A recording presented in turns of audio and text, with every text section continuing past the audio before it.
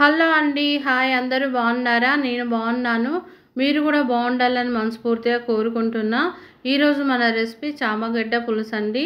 నేను ఎలా చేస్తానో చేసి చూపిస్తాను, చూసేయండి. ముందుగా ఇలా స్టవ్ వెలిగించుకొని కడాయి పెట్టుకోవాలి.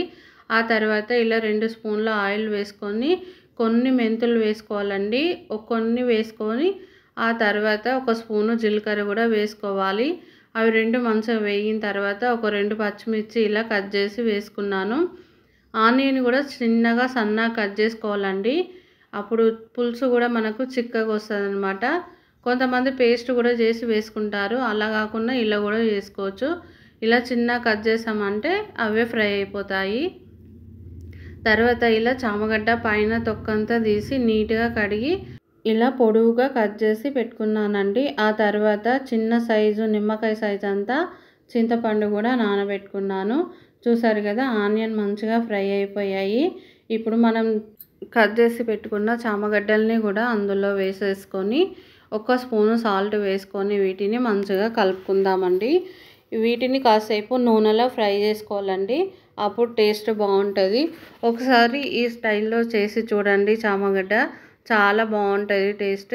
అచ్చం చేపల పులుసు తిన్నట్లు ఉంటుందండి. ఒకసారి ట్రై చేయండి.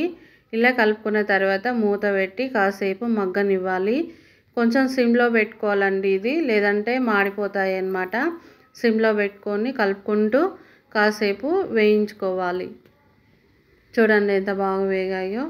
ఆ తర్వాత ఇలా మూత తీసి ఒకసారి కలుపుకొని కొంచెం అల్లం వెల్లుల్లి పేస్ట్ 1 స్పూను పసుపు కూడా వేసుకొని కలిపేసుకోవాలండి. ఈ 2 కూడా పచ్చివాసన పోయేంత వరకు కలుపుకొని 2 స్పూన్ల కారం కూడా వేసుకోవాలి. నేను మా స్పైసీకి తగ్గట్టు కారం వేశాను. మీరు మీ ఇష్టం ఉన్నట్లు వేసుకోండి. మీరు ఎంత కారం తింటే అంత వేసుకొని ఇలా కలిపేసుకొని కాసేపు మూత పెట్టి మగ్గనివ్వాలండి. మగ్గిన తర్వాత ఇలా కొన్ని వాటర్ వేసుకోవాలండి. ఎందుకంటే చామగడ్డలో పులుసు కానీ టమాటాలు కానీ వేసామంటే ఆ పులుపుకి చామగడ్డ ఉడకదండి. అందుకని ఫస్ట్ చామగడ్డని కొంచెం సేపు ఇలా ఉడికించుకోవాలి. కొన్ని వాటర్ వేసుకొని కలిపి మూత పెట్టి కొంచెం సేపు ఉడికించుకుందాము. పులుపు తగిలితే చామగడ్డ ఉడకదనమాట, గట్టి పడిపోతూ ఉంటుందండి. అందుకని ముందే కొంచెం ఉడికించుకోవాలి.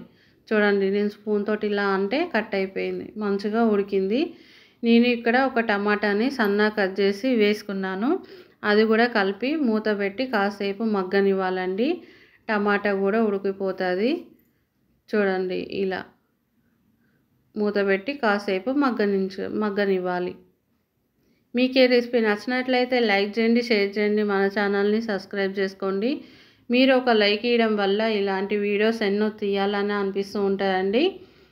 ఒక లైక్ ఇవ్వడం వల్ల మన వీడియోస్ కూడా ఇంకొంతమందికి షేర్ అవుతూ ఉంటాయి.